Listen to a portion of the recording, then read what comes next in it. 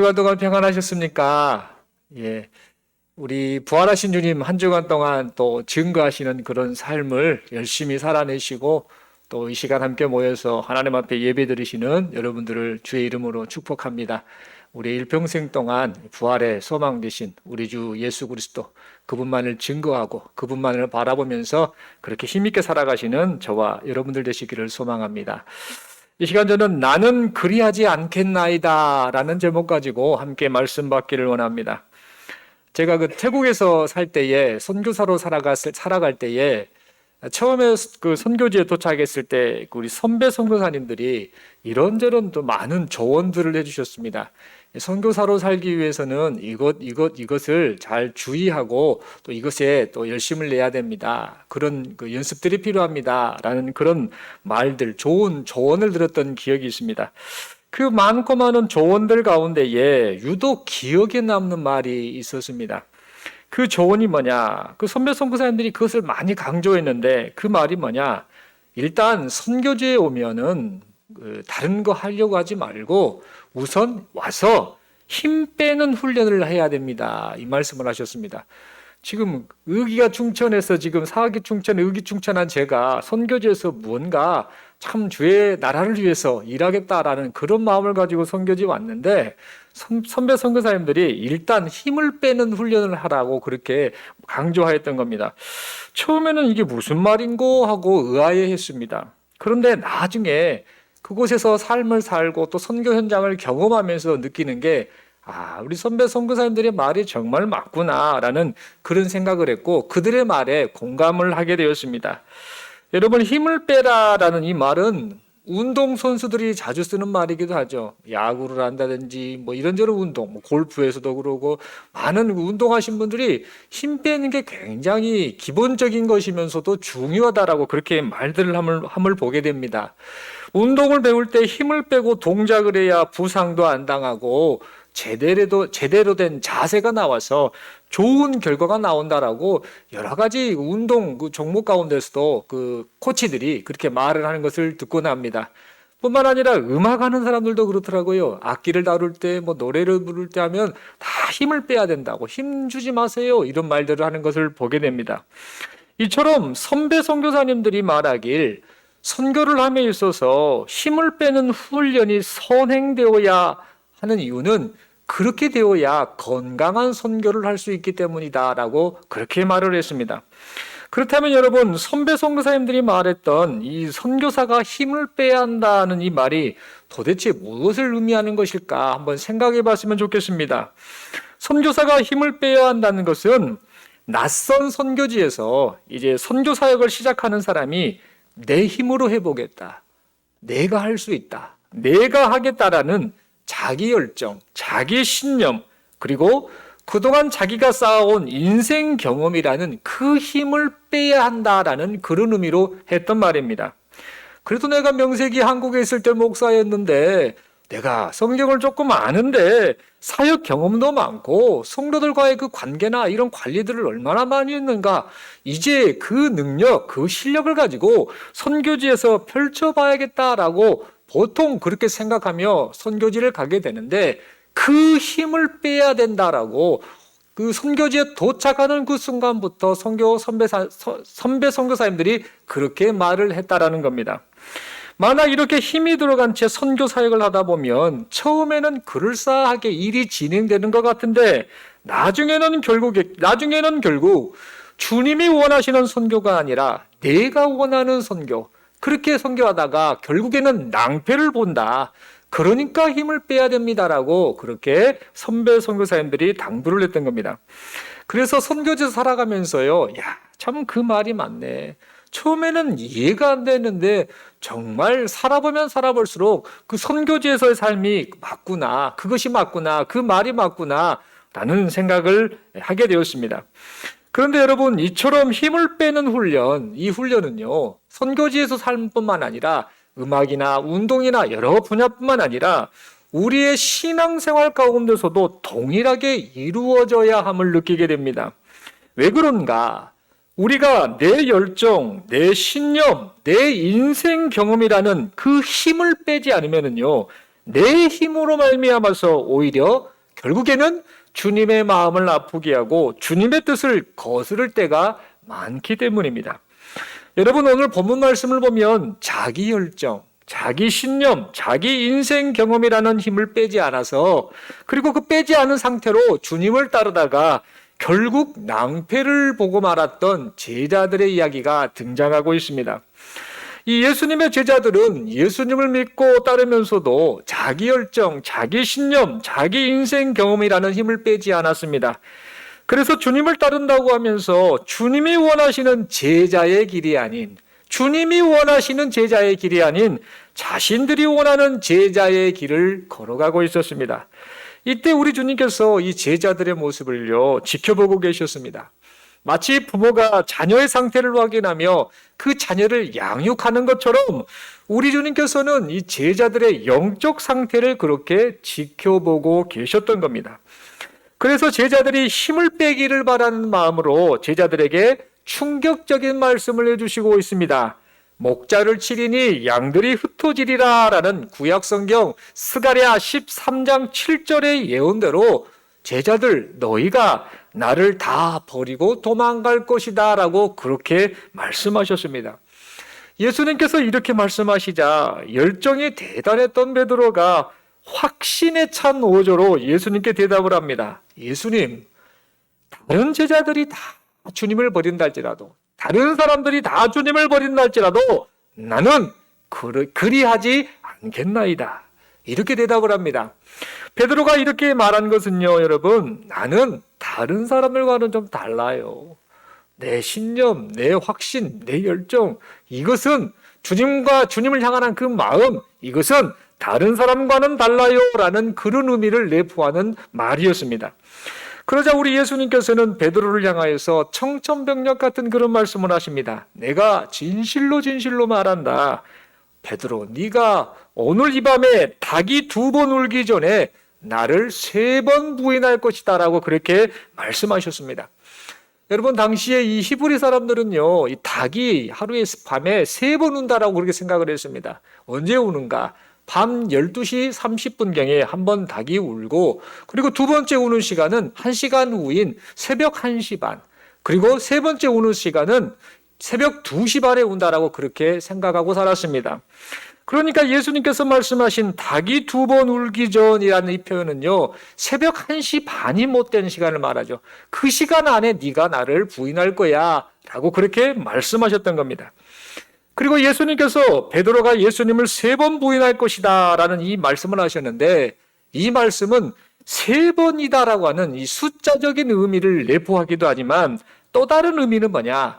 네가 3번씩이나 나를 부인하지 않느냐? 그것은 곧 무엇이냐면 네가 철저히 나를 부인하고 배신할 거야 라는 그런 의미로 하셨던 말씀이었습니다.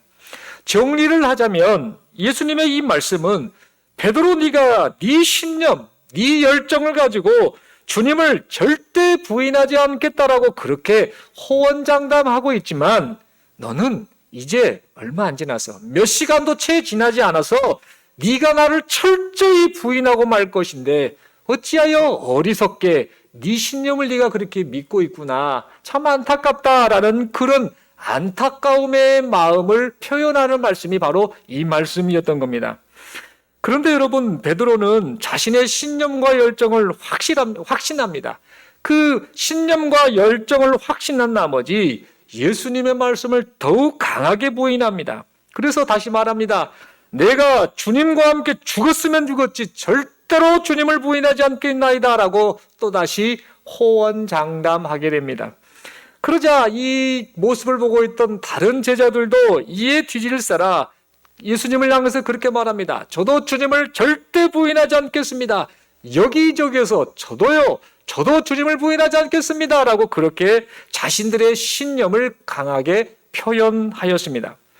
여러분, 이 베드로와 이 제자들은요, 다른 제자들은 자기 신념, 자기 열정, 자기 인생 경험이라는 힘을 빼지 못한 채 그렇게 자기 자만심에 꽉 차 있었던 것입니다. 여러분, 결과가 어떻게 되었을까요? 우리는 성경을 통해 이미 다 확인하고 있습니다만 그 결과가 어떻게 되었을까요? 그렇게 호언장담하던 이 제자들은요, 마가복음 14장 50절 말씀처럼 걸음 하나 살려라, 벌벌 떨면서 걸음 하나 살려라 하고 예수님을 버린 채 모두 도망가고 말았습니다. 뿐만 아니라 베드로는 주님의 말씀대로 3번씩이나 주님을 부인하고 저주까지 퍼붓는 참 해서는 안 될 그런 짓을 하고 말았습니다. 물론 베드로는 도망가 버린 다른 제자들보다는요, 그래도 조금 낫지 않는가 그런 생각을 해보게 됩니다. 그래도 의리가 좀 있었네, 양심은 좀 있었네 라고 생각해 볼 수 있습니다. 그래서 잡혀가시는 예수님을 보면서 도망가지 않고요, 이 대제사장의 집까지 끌려가시는 예수님을 보면서요, 멀찍이 그 뒤를 따라갔음을 보게 됩니다. 그런데 이렇게 멀찍이 따라갔던 이 행동이 나중에 베드로로 하여금 주님을 3번씩이나 부인하고 저주하도록 만든 화근이 되고 말았습니다. 베드로가 이 대제사장의 집들에서 숯불을 쬐고 있을 때, 추우니까 쬐고 있을 때에 그 모습을 목격한 여종이 베드로가 예수님을 따르던 추종자가 아니냐라고 그렇게 물었던 겁니다. 이때 베드로는 어떻게 반응했을까요? 뭔 소리 하세요? 아니에요. 이렇게 당황하면서 예수님과 자신과의 관계를 부인하였을 것입니다. 그런데 이 조금 있다가 그 여종이 아무리 생각해도 저 사람 맞는데? 이런 생각이 들었나 봅니다. 그래서 베드로를 다시 의심하면서 옆에 있던 사람들에게 저 사람 봐보세요, 저 사람이 저 예수를 따르던 그 사람 아닙니까? 분명 맞지 않습니까? 라고 하면서 계속해서 그 여론을 몰아서 이 베드로를 추궁하였던 겁니다. 그러자 이 베드로가 재차 예수님과 자신과의 관계는 전혀 아무런 관계가 없는 그런 사이다, 나는 저자를 모른다라고 하면서 그렇게 예수님을 부인하기 바빴습니다. 하지만 사람들은 포기를 못합니다. 끝까지 포기하지 않고 베드로, 당신의 말하는 말투, 발음 이런 것들이 갈릴리 사람들의 말투가 틀림없구만. 그러니까 당신은 이 나사렛 출신, 갈릴리 지역 출신 예수의 추종자가 틀림없어라고 그렇게 계속해서 추궁을 하게 되었습니다.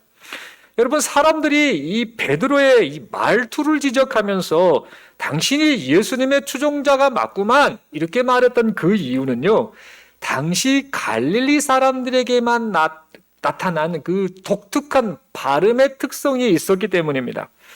예를 들어보면 우리 전라도 사람들은 예수님 이 표현을 쓸 때 예수님을 보통 어떻게 합니까? 우리 안장로님 눈에 보이신데 아마 예수님 이렇게 하실 확률이 높습니다. 전라도 광주 사람들 특별히 예자를 발음을 잘 못하고요, 예수님 이렇게 발음하는 경우가 참 많거든요.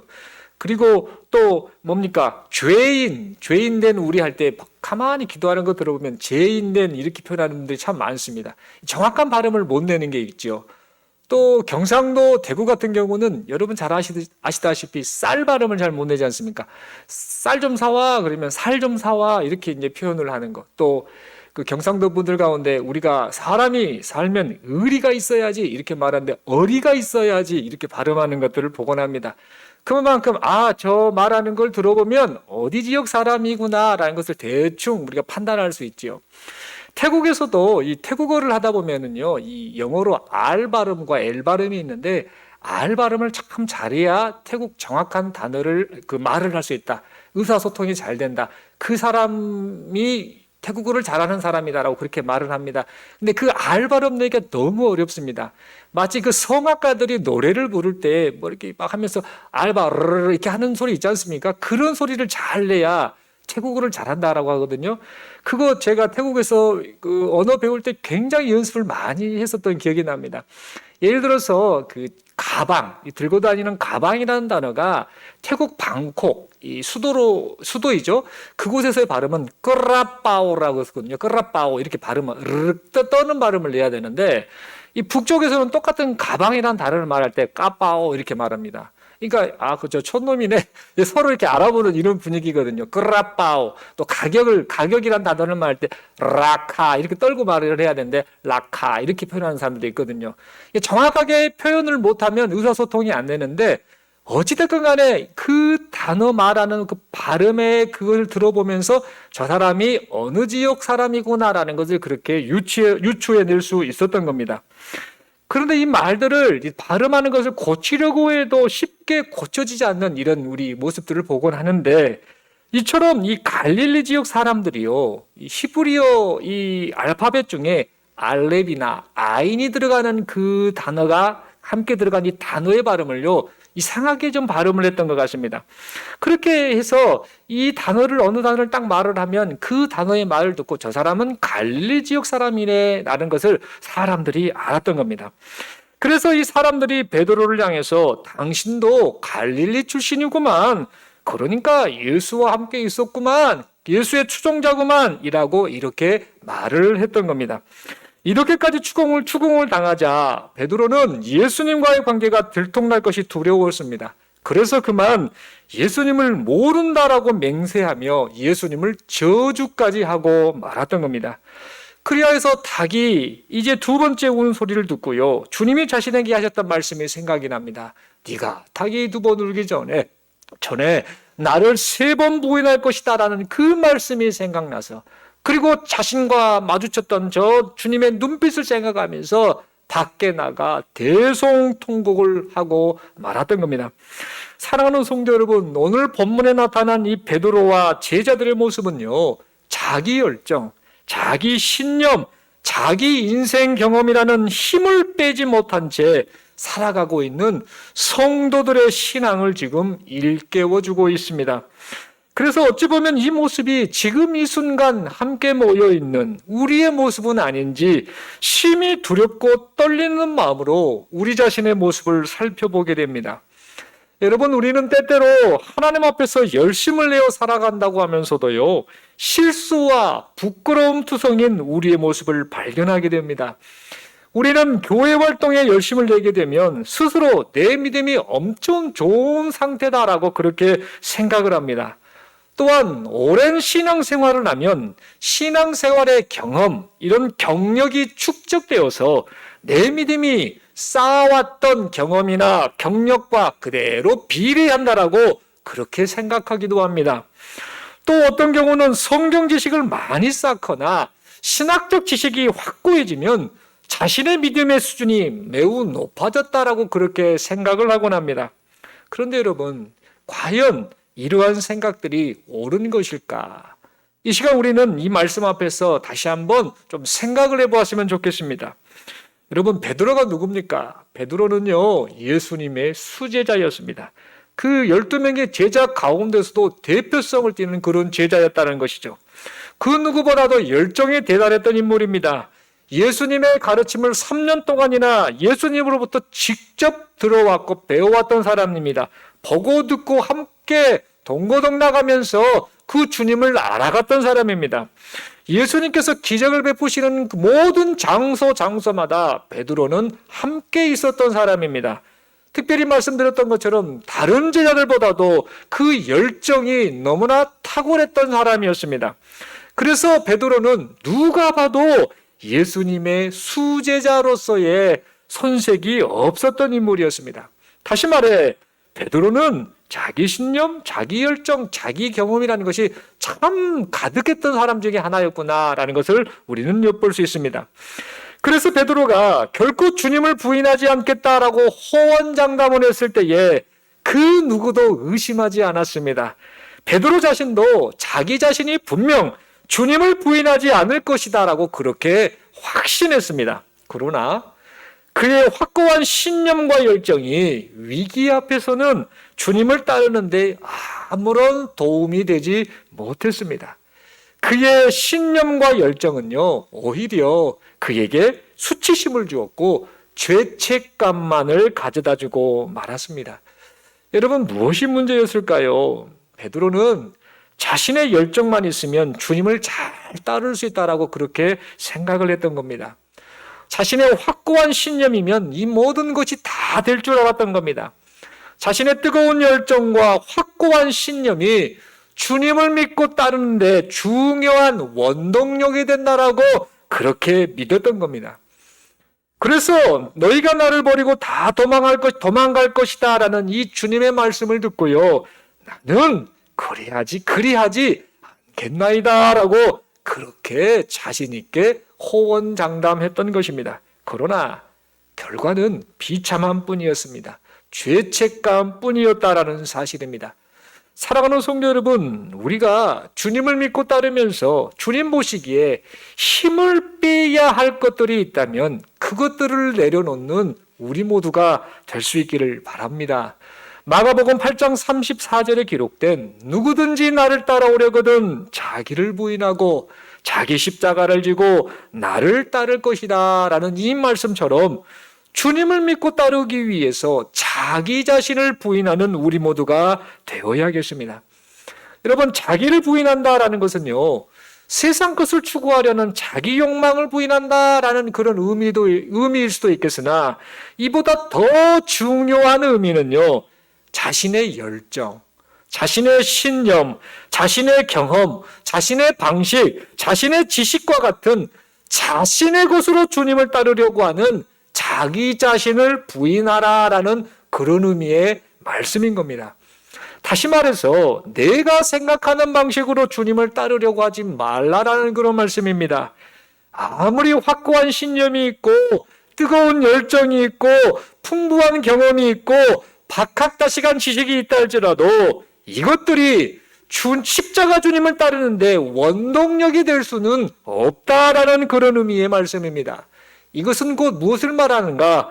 신앙생활은 우리의 힘으로 하는 것이 아니라는 그런 말씀입니다. 또한 우리가 가지고 있는 신념이라는 것이 하나님께서 원하시는 신앙과는 다르다라는 사실을 분명하게 말씀해 주는 그런 말이기도 합니다. 그런데 우리는요, 신앙과 신념을 비슷한 것으로 여길 때가 참 많습니다. 그래서 자신에게서 비롯된 신념을 하나님으로부터 비롯된 신앙과 동일한 것으로 여길 때가 많다라는 겁니다. 그리하여서 자기 방식, 자기 확신, 자기 열심, 자기 지식에 취해서요, 그렇게 신앙생활을 자기 자신이 정의 내리는 그런 오류를 범할 때가 많다라는 겁니다. 또한 타락이 극에 달했던 사사시대 사람들처럼요, 하나님을 섬긴다고 하면서 자기 소견에 오른 대로 행할 때가 많다라는 겁니다. 그 결과 주님을 따른다고 호언장담하면서 결정적인 순간에는 주님을 부인하여서 주님의 마음을 아프게 할 때가 참 많다라는 사실입니다. 사랑하는 성도 여러분, 그러므로 이러한 우리에게 절실히 필요한 것은요, 다른 것이 아닙니다. 신앙생활을 하면 할수록 우리가 늘 고백하면서 이것을 추구해야 할 것이 있습니다. 그것은 뭐냐? 주님 앞에서 힘을 빼는 것입니다. 내가 힘으로 여기는 것들, 내게 힘이 되고 있는 그것들, 내가 확신하는 그것들, 내가 쌓아온 많은 것들, 그 힘을 빼는 작업이 일평생 동안 주님 앞에서 이루어져야 한다는 사실입니다. 다시 말해서 주님 앞에서 늘 우리 자신을 부인하는 이런 삶이 나타나야 한다는 겁니다. 나는 다른 사람들과는 다르기 때문에 나는 그리하지 않겠나이다라며 호언장담하는 어리석고 교만하고 그런 마음, 교만한 그런 마음과 행위를 버려야 한다는 사실입니다. 더 나아가서 하나님의 은혜만을 바라보면서 겸손히 기도하고 또 기도하는 그런 자세로 살아가는 우리 모습이 되어야 한다는 사실입니다. 자기 확신에 차서 나는 그리하지 않겠나이다 라고 호언장담했던 베드로의 그 자기 신념의 모습이 아니라 주님을 부인하고 나서 괴로워서 마음을 찢으며 통회하였던 이 베드로의 모습처럼 저는 하나님을 떠나서는 살 수 없습니다. 저는 하나님을 떠나서는 그저 실패한 인생일 뿐입니다. 하나님, 저를 불쌍히만 여겨주옵소서. 긍휼히만 여겨주옵소서. 하나님만 의지합니다. 하나님만 바라봅니다. 하나님, 제게 은혜를 베풀어 주옵소서라는 이런 신앙 고백이 이 시간 우리의 신앙 고백과 결단이 될 수 있기를 바랍니다. 그리하여서 주님을 3번씩이나 부인했던 베드로, 그리고 주님을 버리고 모두 도망갔던 그 제자들, 이들이 나중에 자신들의 힘이 빠져버리죠.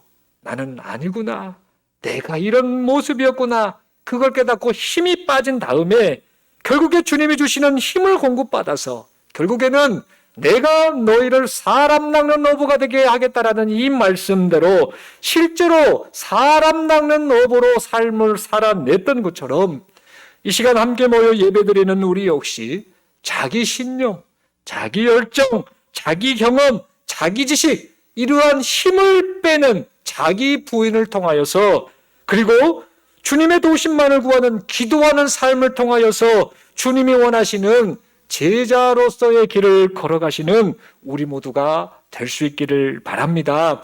누가복음 22장 31절 32절의 말씀을 보면은요, 우리 주님께서 베드로가 장차 주님을 부인할 것을 다 알고 계셨습니다. 그래서 그 베드로를 위해서, 그리고 제자들을 위해서 간절히 기도하고 계심을 기록해 주고 있습니다. 누가복음 22장 31, 32절의 말씀입니다. 시몬아 시몬아 보라, 사탄이 너희를 밀가부로도 다려고 요구하였으나 그러나 내가 너를 위하여 내 믿음이 떨어지지 않기를 기도하였노니 너는 돌이킨 후에 네 형제를 굳게 하라.